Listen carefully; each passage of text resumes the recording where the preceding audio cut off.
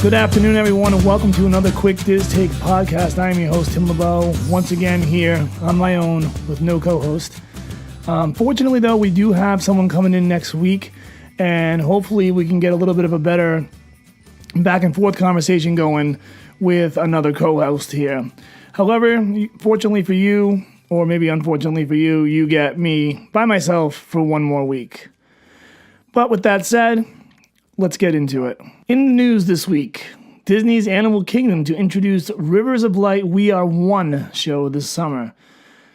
So apparently Animal Kingdom is going to give us a different variation of the Rivers of Light show. Now, I don't know if any of you have actually seen the Rivers of Light show. I actually got a chance to take it in this past trip in February. It's a water projection-based show. Kind of cool. Very similar to what they do in Fantasmic as far as the water projections go. But anyway, the Rivers of Light We Are One will introduce brand new imagery and some well-known animal characters from Disney nature films. Additionally, a colorful tapestry of classic moments from Disney animation will be added to the showcase. The connection we have with the animals along with the emotions and milestones we all share in our journey through the great circle of life. So it seems like we'll be getting a little bit more of the same. There's going to be some new music. Weave together the original musical score and familiar Disney themes to create an arrangement. So I don't know if we're going to be getting music from movies. Apparently that seems to be the case here. I think that this show could definitely use it just opened, 2 years ago? So it's, still kind of in its infancy period and could use a few tweaks. I've heard people say that they're kind of bored with it and things like that. Like I said, I had just recently gone. My mother and my aunt really enjoyed it. I thought it was okay. My daughter was bored out of her mind.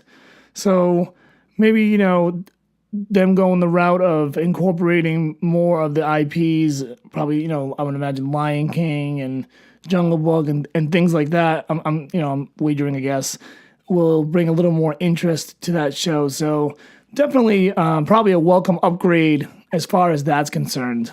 Also, Pizza Rizzo is set to reopen on May 4th, and the ABC commissary is going to close down from May 5th to the 24th for refurbishment. Guests looking for Italian cuisine can head on to the Grand Avenue for a quick bite at Pizza Rizzo. In addition to the current menu, a new dessert has been added to this friendly neighborhood joint, the peanut butter and jelly verrine, featuring layers of homemade peanut butter cream and grape jelly garnished with chopped peanut butter candies served in a verrine cup. Pizza Rizzo will be open for lunch and dinner May 4th to the 24th, and beginning May 25th, the location will be open for lunch only. So I'm guessing this move is being made, obviously, for the one obvious reason that obviously ABC commissary is going down, and I also think ABC commissary is going down because with the refurbishment they're going to do to help create a situation where they can do reservations and things like that so people can sit, and I think they want to use this location to kind of gobble up crowds as far as when Star Wars Galaxy's Edge opens in the park. Because as most of us know, Pizza Rizzo is, in my opinion anyway, I think most people will agree, a very subpar quick service place. So the faster they get that ABC commissary back up, I think the better off will be. Although I wonder if they'll keep Pizza Rizzo open indefinitely after this, because they did mention they were going to go back to lunch only after the 24th, just because it's just one more place once again to gobble up crowds down the road for people to eat and things like that when you're going to be getting these enormous crowds in Hollywood studios. Also, Disney shares details on Villains Unite the Night stage show coming to the Magic Kingdom. So first, the DJ will be on the castle stage to get the party started as the central plaza of the park turns into a killer club scene. And once the party is hopping, the DJ will introduce you to the caretaker, the Lord of the Dead, Hades, who shows up in a burst of blue flames. And with Meg by his side, Hades sits atop the dark throne awaiting the alignment of the 5 planets. Following the prophecy that states when the first 5 come together, he'll be able to rule the universe. But this dastardly plan doesn't go quite as expected as when an assemblage of Disney villains interrupt his party. Jafar, the Queen, Dr. Facilier, and Maleficent arrive with henchmen in tow, prepared to showcase their power with spine-tingling displays of skill. It seems these villains have also heard the prophecy and believe they are ones who will rule it all. So I'm definitely on board with the idea of having these themed after-hour nights. If you're going to do an after-hours, you can't go wrong if you're going to get a little show out of the deal as well that's specific to that after hours event. And obviously the villains are a very popular thing in Disney.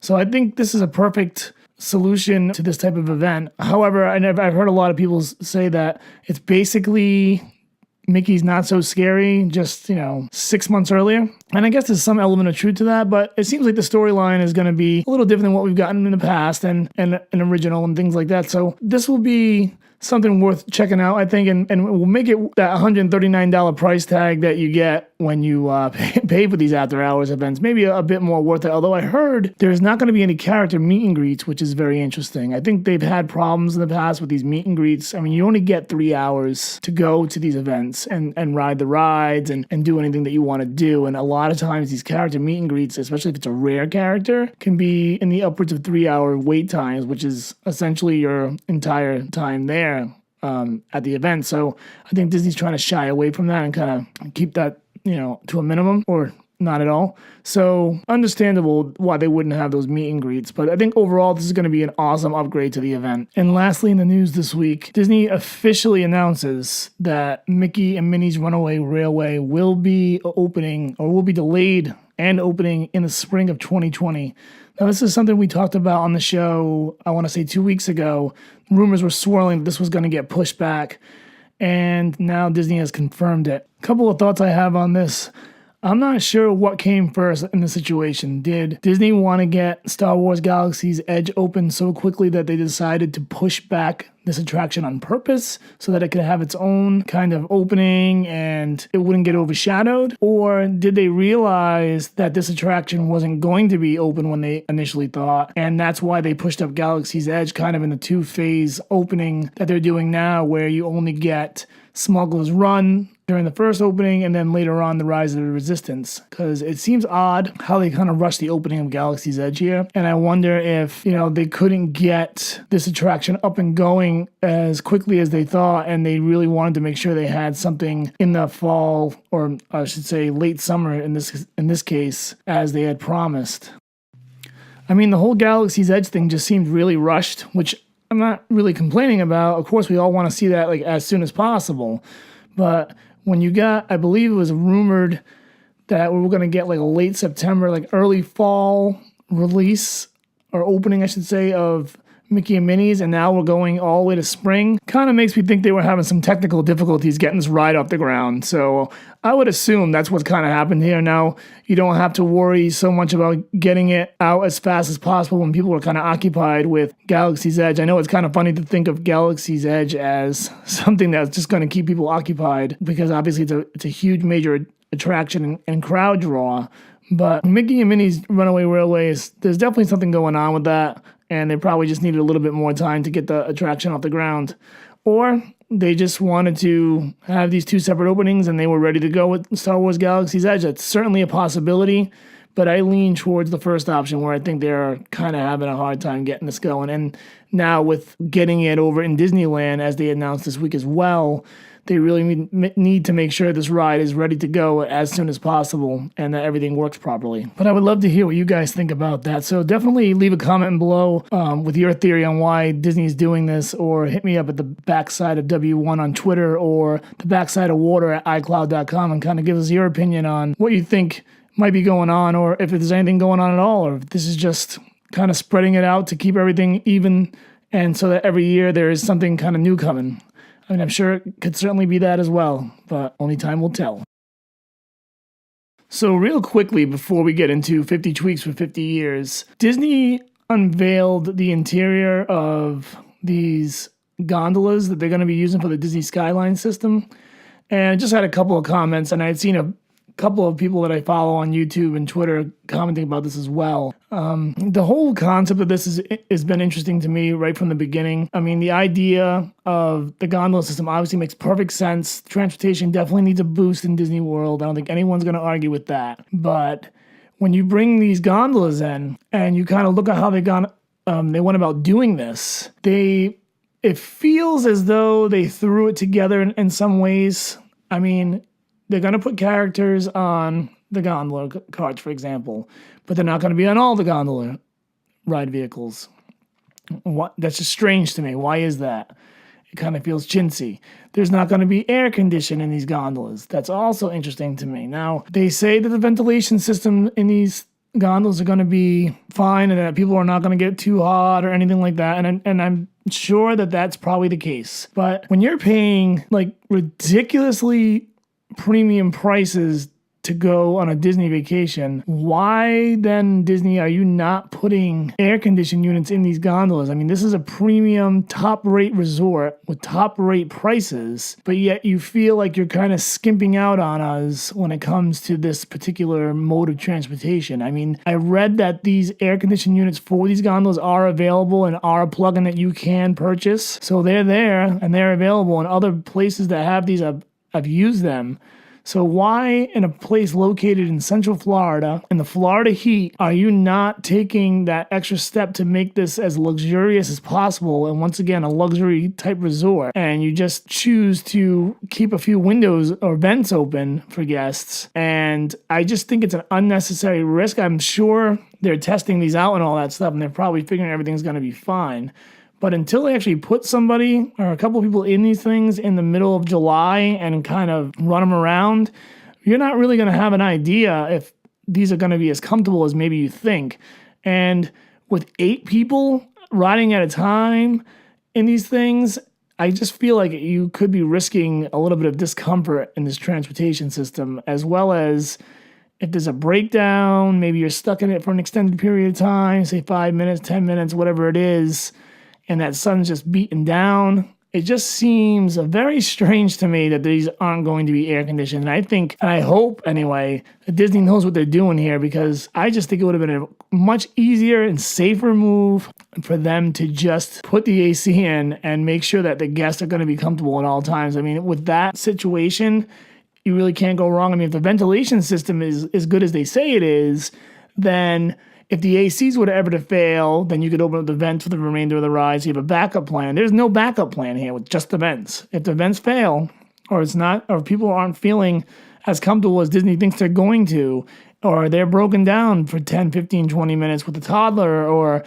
a baby or just a young child in general in there, and it's a sweat box, I just think that it's just not even worth it. They should have just went ahead and got this done, and should have not played around with trying to save money on the bottom line with that. But let me know what you guys think on that one too. Leave comments and hit me at Twitter. And I bet a lot of people feel the same way as I do. I just wanted to get that off my chest though, because I feel like Disney, with the bottom line, I understand they're a big corporation and everything, but sometimes you just got to kind of go all in. And I feel like these were definitely not done as well as they possibly could have been done. So on to 50 tweaks for 50 years, and today I want to talk about the Enchanted Tiki Room. Now here's an attraction I think could use a good tweaking. I know a lot of people I've talked to actually want to just close it down for good, which I think is a big mistake. It is a classic attraction and one that Walt Disney himself oversaw the development on. The attraction is definitely classic, but the only thing that needs to really be done here, and I think it can be done fairly quickly, I know they've tried to do other things to this attraction with under new management and things like that didn't really work out. But why not just tweak the script a little bit on this attraction? Maybe upgrade the tracks and with the music, and maybe add a couple of different show elements, and then just redo the animatronics and a couple of the show scenes, add a little bit of projection technology or whatever kind of technology they think they could use to get the show to flow. And you get yourself a new and improved show that could probably be good for the next 20 years, and then do it again. It's not a bad show by any stretch of the imagination, and anything that needs to be tweaked on it could easily be done. It's a stationary show. It's got the same animatronics it's had forever. So pull all that stuff down, do the refurbishments, get better animatronics in, better, bird animatronics and all that kind of stuff, and get the thing looking great again. I don't think there's any need to get rid of it. I think we have to preserve some of these classic attractions that we have in these parks. Some of these things just need to be there just for the sheer history. Plus, I mean, it's a good attraction, and you could add more music with it, like I said, and continue on and upgrade the music that already exists with better tracks, or redoing the songs with better versions and more updated versions of the songs, and give it to generations for years to come. I mean, this is an attraction that I still like to do to this day, but I do recognize when I go in there that it is definitely something that could use a little work, but it is definitely worth preserving. Anyway, let me know what you guys think by leaving a comment below or hitting me up at the backside of W1 on Twitter, or once again, my email, thebacksideofwater@icloud.com. Anyway, that's about all the time we have for this week's podcast. Once again, we will have a new co-host joining me next week, so definitely check out next week's podcast. We'll have a lot more to talk about, probably be a little bit longer, a little more discussion, as I will actually have someone to talk about instead of, to talk to, rather than just sitting here talking to myself and rambling on and on and on. So with that said, we will see you next week, and have a magical rest of your week.